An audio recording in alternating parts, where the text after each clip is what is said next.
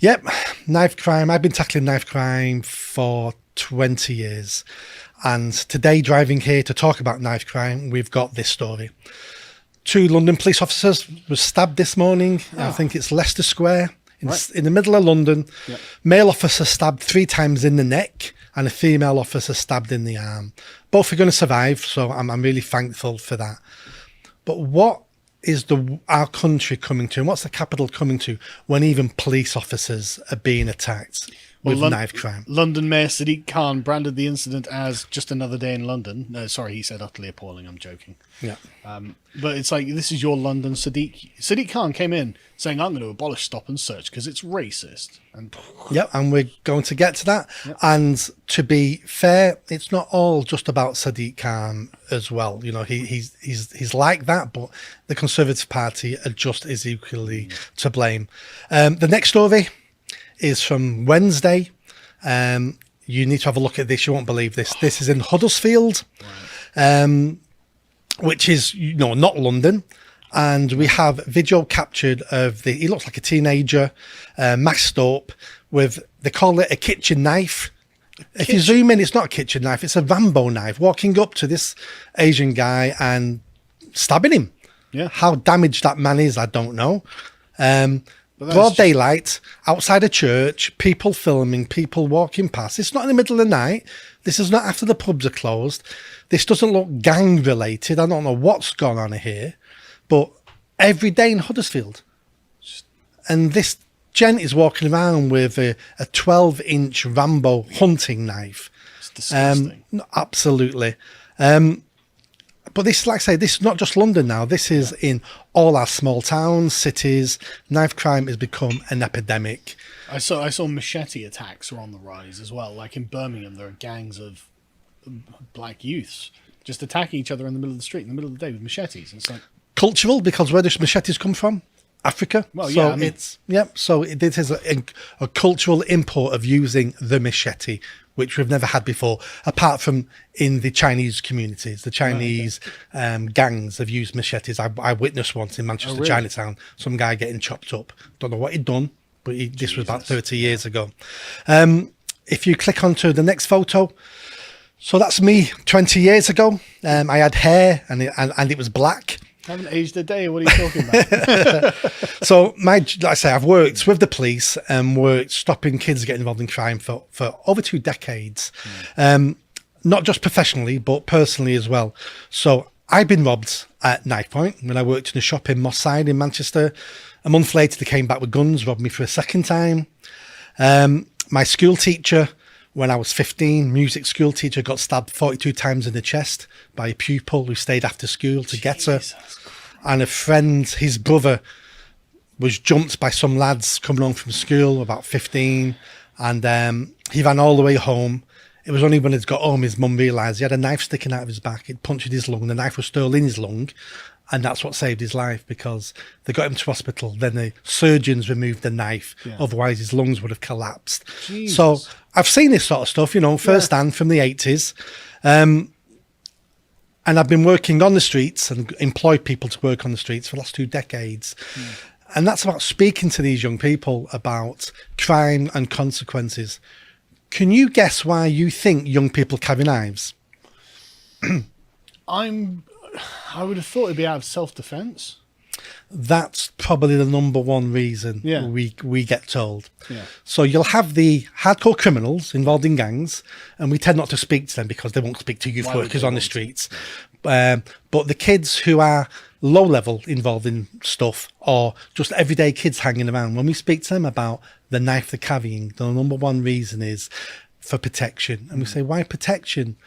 But because of social media and the media in general, they're terrified. Right. They read people being stabbed and people carrying knives, and they've come to the conclusion, a bit like us with the nuclear deterrent. Yeah. If you have the bomb, we need the bomb. Yeah. And these kids are going, if these people have got knives, I need a knife.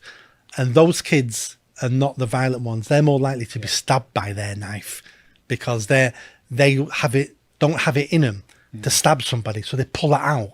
And then the other kid goes, I'm not having that. I'll take it off you. I'll take it off you because I know you won't stab me. But when I get your knife, I'm stabbing you, mate, because you've disrespected me. So some of the knife crime is about that. It's also about fashion. We have kids showing us their knives, coming up to us going, look what I've got, I bought off the internet. And we'll pull out zombie knives and pull out this and pull out that. Weren't they banned? Zombie knives? I thought they were made legal.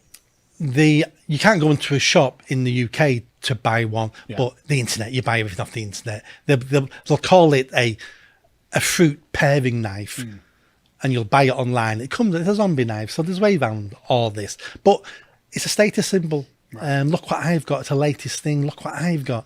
The amount of knives I've taken off kids, and I've done it in a voluntary way because I can't just grab them by the throat and put the knife out of the hand. I've got to say, when you leave this here and the police stop you in 10 minutes time, you might do time for that. And you scare them and they give you the knife and then we put it in the vehicle and we'll destroy it ourselves. So I've taken dozens of knives off kids. It's really, really frightening what they're carrying around with. When we talk about Sadiq Khan, if we go to the next. So that's Sadiq Khan. 2015? Yeah, when he was running for mayor saying he's going to cut stop and search. Oh, it was so racist, Sadiq. Yep, so racist. Our people are so friendly and nobody hurts each other in London. And what are we seeing in the last 6, 7, 8 years? Oh, it's been horrific. Epidemic of knife crime and crime in general. Well, more dangerous than New York. Yes. At one point. And so it's just like, wow, well done, Sadiq. And this is in the daytime. This is machete fights between different gangs. Yeah. This is people now, stealing your watches off you, walking down the streets, robbing your car, people being assaulted. People always stop and film it. But have you noticed no one helps anybody anymore now in London? Why would you? No, exactly. But why would you? Who are those people? I don't know who they are. Because there's no sense of community. But exactly. I think pride would make me at least try to help. I don't think I could live with myself if I didn't try to help. But that's you come from a different era. I do. I do. You're not one of these like atomized year zero Londoners who just sprung out of the soil and owe nothing to anyone. But even though I do not like Sadiq Khan for many, many reasons, if we go to the next story, it really isn't Sadiq Khan's fault because Sadiq Khan isn't in charge of the police across the country. No. Theresa May started this in 2012 when she said, I'm going to reduce stop and search. And we're going to get to a graph in a minute. But Theresa May in 2014 publicly told the police off for saying, you're doing too many stop and searches, even though I've changed the law now, and 250,000 of them could be illegal. And we wonder why the police go, well, I'm doing no stop and searches because even the Home Office are telling me I could be illegally doing this. That is mad. And that's because when Cameron came along in 2010 with his, when you look back now, it really was a woke agenda. Oh, he's Blair. With his hugging his hugger hoodie, going to the North Pole. All this thing started there. And he brought in diversity quotas for the Conservative gay marriage. He was literally just a continuation of Blair. Yeah, because he saw how you win. And he went, I don't care how I do, I just want to be Prime Minister. And carried on the winning formula. So it was never forget, it's the Tories who have ruined crime disorder in this country over the last 12 years. And Theresa May was part of that in 2012. Now, if you go to the next graph, this is the amount of stops and searches from 2001 all the way up to last year. Yeah. So we're going up till about 2009. No, so Tony Blair and his Labour Party were happy to do it. Yep, because they knew what the public want. Yep. Even minority communities want tough crime and order. Of course they do. Because they're usually the biggest victims of it. It was very similar to the Democrats in America saying, oh, we're going to defund the police. And then they just polled minority communities and they're like, I don't want fewer police. Like there are dangerous gangs going around. I'd like more police if possible, please. I've knocked on thousands of doors in my old job when I worked for the council and the police in the most diverse areas of Manchester. So Cheetham Hill, Moss Side, Hume, all those areas. And what everyone says to you on the door when you're talking about this sort of stuff is, I want more police in my area. No one has ever said to me, I want less police. I would like more anarchy, please. I would like shootings and stabbings and gangs driving around and killing each other and dealing drugs in the streets. The second thing they say, the second highest thing they say to you is they want more CCTV. Yeah. I want to know why. Because they want to be and feel protected. And then Theresa May comes in. With the new Tory government, and look at that job from 1.2 million stops and searches. All the way down to 2018, we've got 250,000. So almost 1 million less stop and searches. And, I bet the Labour Party were haranguing them the whole time. Why are you doing so many stop and searches? Why are you doing so many stops and searches? Like, because A, it's your policy, and B, it's a good idea. Yep. For once, the Labour Party actually have a good idea. But then they know Yeah. that at the next election, the Labour Party going, we can talk about crime and disorder because look at the state of the country they're in. So that's why we have a knife crime and a crime epidemic. It's because people are not being stopped and searched. Yeah. I work with young people who don't know anyone who's ever been stopped and searched. I got stopped and searched when I was a kid several times. But they don't know anybody. So therefore you come to the conclusion, I can carry a knife as long as I don't wave it about. Nobody will ever stop and search me. And what we need is young people thinking, when I leave this house, I could get stopped and searched randomly. And if I'm carrying a knife, I'm in big trouble. Yeah. And that's how we start reducing young people carrying knives. Fear of consequences. That's what we need to Absolutely, instill in them. absolutely. Iron fist. I'm totally in favour of it. Yeah. Oppress the young people. If we go to the next picture, just to hold the screen while we're talking about this. The issue, and let's be honest, the main issue with stop and search is it's politically awkward. And it's because more black young men are stopped than anybody else. And the reason for that is more young black men involved in street crime and violence than any other group. And that's just a fact. Go to the government website, look at the stats, it's all there. Yeah. And that's not racist, that's facts. That's like saying we don't have to investigate white Christians' parents for FGM. Yeah. Because we know they're not going to commit FGM because Doesn't crime happen is in the cultural. community. Yeah. So certain sections of the population are more likely to commit certain crimes than other, and it's cultural. It's like suggesting that, tax evasion is racist against the white community because most tax avoidance investigations are against, straight white men or something. It's like, no, that's the kind of crime that community will commit because of their ethics and what they've got access to. Yeah. It's, If you look at a basketball team, it'll be predominantly made up of young black men. Do we claim that's racism because there's not enough Chinese people or Japanese people in that team? yeah, but it's like there's a particular kind of ethic in this particular community that facilitates young men forming gangs and stabbing each other, if not worse. It's like, right, okay, well, that's just the fact of it. So part of the problem is, you're right, lack of fathers, lack of education, and a poor culture. That's why the vast majority of ethnic minorities have moved this country in the first place, because their country was failing. Why was it failing? Because their culture was failing that country. So we allow people to move this country and we allow them to keep their failing culture. And then we're surprised when we have issues that are very similar to what they had in their home countries. Well, we allowed them to keep their own culture. We allowed them to fail. We did them a disservice. They should have landed here, lived here, and then we should have said, and we're going to help you be better than you are by embracing our culture, because our culture delivers this. And you want this. And you need to be part of this. And if you embrace our culture, you can contribute to all of this and your kids will have a great life. But that's politically incorrect to say. Well, it's very politically incorrect. Absolutely. It is absolutely true that it's the ethics of the community. Like you said, the culture it's predicated on a certain kind of ethics.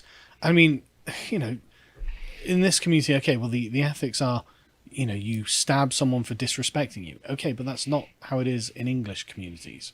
It may have been 150 years ago. Oh, yeah. Well, yeah, but you don't want to live 150 years ago. If we look at things like Peaky Blinders, the English were just as violent and just as stab-friendly as some of these groups are today. It takes hundreds of years to change a culture. And we spent a lot of time and a lot of money, a lot of energy changing our underclass in this country to make them better citizens. And then just as we got to a stage where it was having huge impacts and we were seeing the way, we imported problems from all over the third world, and now we're going to have to do it all over again. So I'm not saying this is a problem for foreigners only. Crime isn't No, foreigners. no. Everyone commits crime, but we solved our problems over centuries, and then we imported it all again to do again. We did it by being honest about what the problem was. Like this is the thing. Like, it's like you say, it's politically uncomfortable. So, well, look, this community has a problem with this kind of crime, but it is the fact of the matter. And if you want to stop that, and let's be real, it's good for them to have someone intervene in this downward spiral that this community is involved in. Like, so it doesn't get any better if you leave them on their own. Their children are dying in pools of their own blood. Yeah, in the middle of the day. I've seen so many videos of just gangs of black kids chasing each other around with knives and stabbing each other literally in doorways and just in the middle of the street. You just think, look, there's no benefit to them. It's not a charity or a kindness to be like, well, I don't want to be a racist and get involved and stop them from stabbing each other. No, it's evil to allow them to continue doing this. It is. We're allowing them to fail. So I'm one of these people who always likes to give a solution. Yeah. Then just looking at that saying, oh, woes, and look at what's happening. Yeah. We need to take on board the politicalisation of stop and search. But stop and search is the answer, as well as family intervention. But let's look at stop and search. The answer is to give the power back to the residents of those neighbourhoods. So we should look at each council ward, which is usually a couple of thousand people. They have elections almost every year to elect a councillor. So we add another ballot with them. So it doesn't cost the council anything because everyone's short of money. Yeah. And we give every resident in that area, every adult resident, a simple question to answer in their ballot. Do you want more stop and search in this area? Yes or no? If they vote no, for whatever reason, then they carry on with the policing as it is at the moment. If they vote yes, the police then are instructed to do more stop and search. And when those police officers are accused of racism and targeting, we say, we're doing what the public in this ward asked us to do. And we give the power and the responsibility back to the people, because that's where they always should reside anyway, with the people. And some areas may say, oh no, we don't want it. Well, that's fine. Don't complain when your children are being stabbed to death. And the areas that want more stop and search, hopefully will have a higher quality of life and their children will be safer. And the thing is as well, like, because if it's a yearly election or vote, well, okay, you might not want it now, but after a few kids get stabbed, I mean, well, actually, maybe I will vote for stop and search. Oh, have you seen the ward two wards down? Yeah. They've got heavy stop and search. There's been no crime. All the gang members now don't hang around in that ward anymore. Now they go to other wards where they won't get stopped and searched. And we give the people the power, because it's their children we're policing, and it's their children we're trying to stop from dying. Let's take the politics out of it. Let's give it to the people and saying, this is where you live. This is your home. Your choice. Your choice. What do you want? Because we're sick of being blamed and taking responsibility. Use vote on it, and we'll do what you do, because we're a public service. See, to be honest with you, I mean, I think that's a very, very good solution. But I'm just thinking, I just impose it. We don't want stop and search. That's not my problem. You're getting stop and search. The kids in this country should live under a reign of terror when they see a couple of bobbies walking down the street. Like, oh my God, we're in trouble now, lads. But we haven't got the politicians who will do it. I'm trying to find the way that can be acceptable. But in my dream world, when it'll be like when I was a kid, if a couple of cops come around the corner, you'll be like, oh God, I haven't done anything wrong, but I'm a bit worried that they might think I've done something wrong. But I got stopped, like I say, from memory, 3 or 4 times I got stopped and searched growing up on my council estate, and it was all white. Good. Exactly. I don't care about the race of the kids. It's just that they are kids. I want them living in fear of the police, like I did. That's the way things should be done. But seriously, I think that's a good solution, because, I mean, okay, well, all you can say is the diverse ward here that has voted for stop and search is racist against themselves. Take the race baiters out of it. Exactly. That's the best they could argue. And that's a silly argument. We're doing what the people said. Oh, you're racist. Well, the people in this area voted for this. We can't be racist. Yeah, well, they're racist then. That's what you're saying. It also sends a good message to the children in those areas. This is what our parents and this is what our neighbourhood wants. So maybe we are doing something wrong. Or maybe I'm a good kid, but I'll feel safer now because my local neighbourhood is sticking up for my life. They want tougher action because they're trying to save me. I mean, the kids who don't want to get involved in this will have a place to go as well, those wards that are safer. As in the wards that have heavy stop and search well, I'll just go there because I don't want to get stabbed. I'll go and play. The in good that park, parents you know. won't let their children out and play in some areas Oh, exactly. because I don't want my child being corrupted, because children will make poor decisions and can follow groups sometimes and do want to fit in. So children aren't perfect. So I'm not putting my kid at risk of that. So my kid doesn't play out. Yeah. He can bring friends into the house, but he doesn't play out. Yeah. That's not a great lifestyle for a kid anyway. God, it's the opposite of what it was Yeah. like when we were young, right? I'd be out all day. My parents wouldn't have any worries about Yep. it. You know, and I'd come back when it was dark with, like, you know, red cheeks, and my mum, oh, your dinner's in the microwave or something. You know, it was just fine. It was normal. No one was like, oh God, he might get stabbed. Exactly. was But just- knife crime, we need to do something Yeah. as a nation. And that's the only thing I can think of that would be acceptable at the moment. We need to make a start.